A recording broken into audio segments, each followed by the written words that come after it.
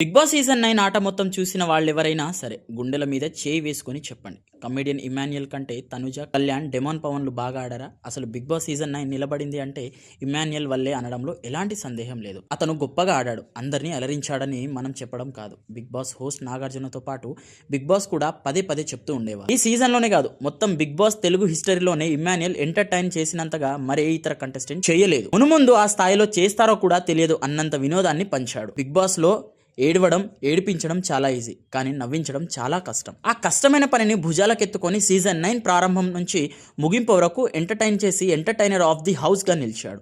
అంతేకాదు, big boss హౌస్లో ఎక్కువ టాస్కులు గెలిచిన కంటెస్టెంట్లు మాత్రమే కాదు, ఎక్కువ సార్లు కెప్టెన్ అయిన కంటెస్టెంట్ కూడా ఇమాన్యుయల్. ఫ్యామిలీ వీక్లో విన్నర్ ఎవరవుతారంటే ప్రతి ఒక్క ఫ్యామిలీ మెంబర్ ఇమాన్యుయల్ ఫోటోను పెట్టారంటే అతని ఆటకి అంతకంటే పట్టం కట్టగలరా? అలాంటి ఇమాన్యుయల్ని 4వ స్థానంలో ఎలిమినేట్ చేయడం అనేది అన్యాయమే.